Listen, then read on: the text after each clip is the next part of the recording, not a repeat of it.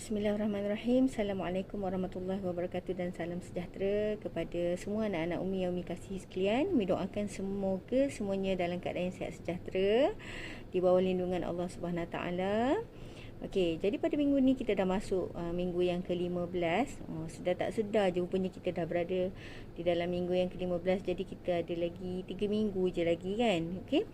Jadi untuk minggu ni kita masih lagi membicarakan tentang isu-isu syariah, yang mana minggu lepas kita dah membincangkan 3 daripada isu syariah, iaitu makanan yang halal dan thayyibah, pergaulan bebas dan juga fashion dan aurat. Jadi sebelum tu Min nak ucapkan terima kasih di atas semua respon yang telah kamu lakukan di laman rasmi UPIM KMKT bagi tajuk kita minggu lepas. Okey, jadi pada minggu ni kita masih lagi dalam tajuk isu-isu syariah, yang mana pada minggu ni kita akan membicarakan lagi dan membincangkan lagi tentang 3 tajuk. Okey, iaitu 4 tajuk. Okey, iaitu jenayah cyber, yang kedua LGBTQ, yang ketiga sumbang mahram, dan yang keempat hiburan dalam Islam, ya. Okey. Umi rasa tajuk yang kedua, ketiga dan keempat tu kita ada bincangkan dalam forum, ya. Cuma tajuk yang pertama jenayah cyber ni kita tak bincangkan sangat dan tak ada kumpulan yang buat forum untuk tajuk ni lah, ya. Okey, jadi untuk jenayah cyber ni, sebagaimana yang kita tahu kan, kita sekarang ni dalam satu zaman yang mana cyber ataupun teknologi maklumat tu menjadi satu perkara yang sangat aktif, ya, pada zaman sekarang ni, terutama media sosial dan sebagainya, ya. Sebagaimana yang Umi pernah sebut sebelum ni tentang adab-adab di media sosial, ya, yang mana apabila media sosial ni kita salah gunakan, dia boleh menjadi satu bentuk jenayah, ya. Yang mana kena hati-hati apabila kita menggunakan media sosial. Apa yang kita tulis, apa yang kita cakap, benda ni boleh dirakam, ya, ataupun kita sebut sebagai screenshot, ya. Orang boleh screenshot apa yang kita komen, apa yang kita cakap, apa yang kita luahkan, dan bimbang perkara ini boleh menyebabkan kemudaratan kepada orang lain. Jangan jadikan cyber ataupun media sosial ni adalah satu medan untuk kita membuli orang, ya, medan untuk kita mengutuk orang, ya. Sebab untuk pengetahuan kamu semua, ya, ada akta sebenarnya untuk cyberbully ni, ya, body shaming, ya. Tahu body shaming? Ya. Maksudnya apabila kita melakukan perbuatan-perbuatan tersebut di media sosial, boleh didakwa di dalam Akta Suruhanjaya Komunikasi dan Media SKMM, kan. Okey, itu daripada segi akta, ya. Yang kedua, daripada segi adab tu sendirilah, akhlak kita sendiri. Sebenarnya perkara ni termasuk dalam muamalat, bina muamalat kita lah, pergaulan kita, sosial kita, ya.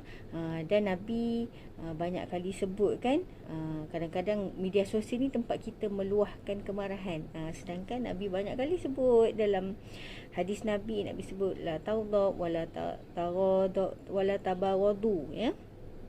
Jangan marah kan.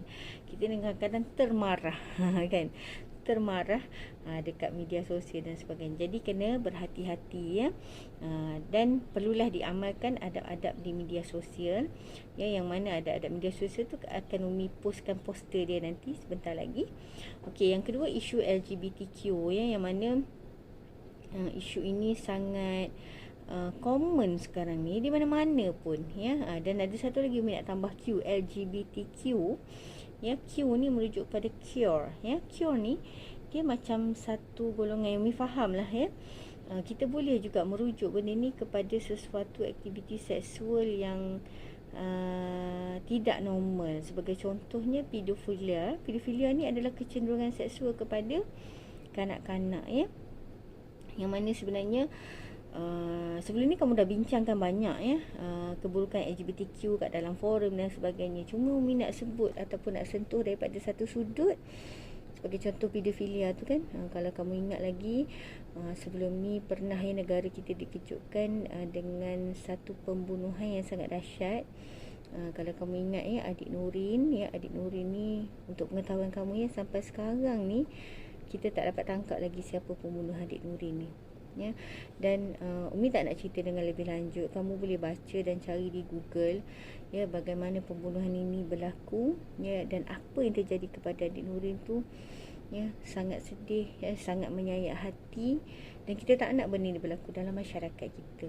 Ya, saya nak cakap benda ni adalah satu benda yang sangat membimbangkan, ya, bukan sahaja daripada sudut syaraknya, ya, tetapi daripada sudut kemaslahatan masyarakat kita sendiri, ya. Okey. Dan yang ketiga tentang sumbang mahram. Sumbang mahram ni tadi berkait rapat juga dengan LGBTQ tadi yang disebut sebagai pedofilia. Ya, sebab pedofilia ni kadang-kadang bermula daripada sumbang mahram ni lah, ya. Di kalangan keluarga sendiri, di kalangan mahram sendiri, dan biasa mangsanya adalah kanak-kanak yang bawah umur, ya. Kadang-kadang kanak-kanak yang bawah umur ni dia tak tahu perlakuan-perlakuan itu sebenarnya adalah salah, ya. Sebab tu bila berlaku pada kanak-kanak, ya, kadang-kadang dia berani nak cerita, kadang-kadang dia tak berani nak cerita. Sebab apa? Sebab dia kadang-kadang dia keliru sama ada perbuatan tu adalah satu perbuatan yang betul ataupun perbuatan yang tak betul, ya. Sebab benda ni dilakukan biasanya oleh orang yang lebih besar pada dia, orang lebih tua, orang yang lebih matang pada dia, kan. Ya. Dan sumbang mahram ni adalah satu benda yang sangat mengaibkan, sebab setakat ni lah kalau kita tengok di negara kita ni berlaku dalam kalangan umat Islam tu sendiri, ya. Sebab tu pentingnya walaupun kita bersama dengan mahram, ya, pentingnya untuk kita menjaga adab pergaulan, pentingnya untuk kita menjaga aurat, ya, pentingnya juga ada batas-batas, ya. Dan kalau kita tengok puncanya banyaklah, ya, sebagaimana yang kamu dah bincangkan di dalam forum-forum, ya. Ada yang pengaruh daripada media sosial, ya, ada yang pengaruh daripada rakan-rakan dan sebagainya, ya. Okey, dan yang keempat, hiburan di dalam Islam, ya. Siapa kat sini yang tak suka dengan lagu ataupun tak suka tengok drama ke? Okey, semua suka, kan? Semua suka kepada hiburan, ya.